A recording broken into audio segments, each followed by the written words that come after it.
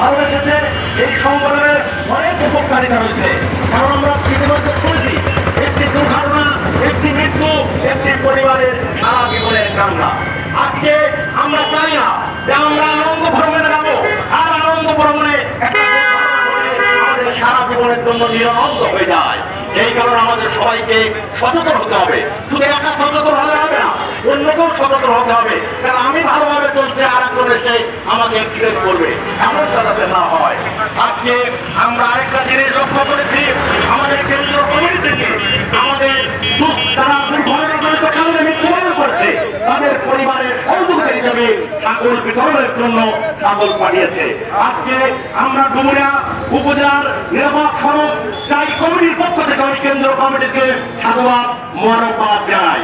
পরিশেষে আবার আমরা এই সংগঠনকে বেশি ভালোবাসবো, এই কারণে ভালোবাসবো ইমানের একটি অংশ। রাস্তার পরে যদি কোনো ময়লা থাকে, কোনো কষ্টদায়ক জিনিস থাকে, সেটা সরিয়ে দেওয়া, এটা ইমানের অঙ্গ।